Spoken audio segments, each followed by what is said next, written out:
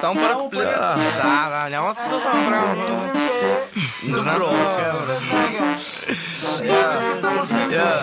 Лето, да, тук е така. Няма да се съм тека поемам въздух.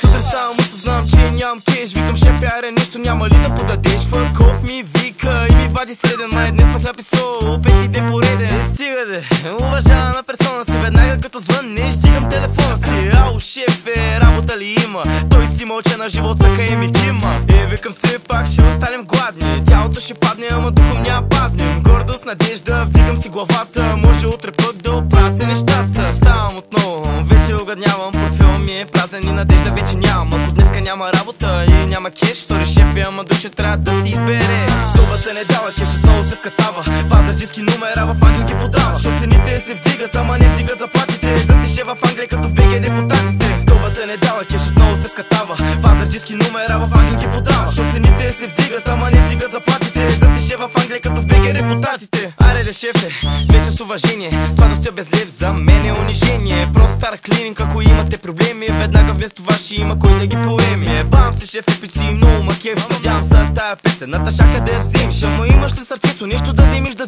вдигнеш, те заплати малко да ме погледнеш. Добата не дава кеш, отново се скатава. Пазарджийски номера в Англия ги подава. Шо цените се вдигат, ама не вдигат заплатите. Да си шеф в Англия като в БГ депутатите. Добата не дава кеш, отново се скатава. Пазарджийски номера в Англия ги подава. Шо цените се вдигат, ама не вдигат заплатите. Да си шеф в Англия като в БГ депутатите. Смисъл, не знам какво да кажа, обаче накрая просто ще кажа доба цяла песен направихте тия човека. Молята, малко дигни заплатите. Така покрай празници, знаеш. Брат, наистина не знам, просто чика край.